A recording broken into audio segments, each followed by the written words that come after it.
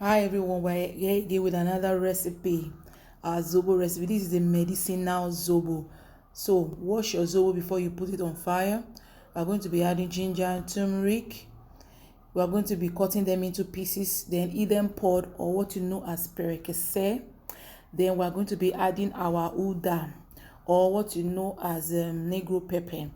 We're also going to be adding our water and some clove, some people know as Zobo pepper.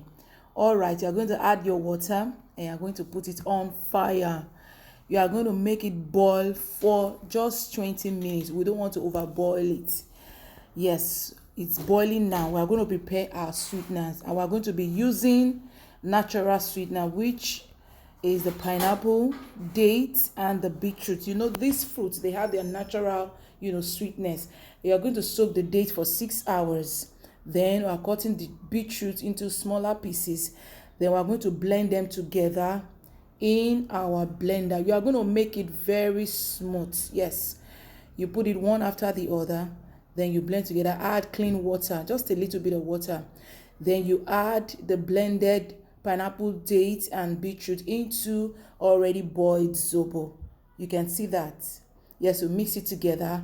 Then we sieve it out and throw the chaff away. Then you bottle your Zobo when it is cold. Enjoy. This is medicinal, and I hope you try it out for yourself. Thank you. Bye.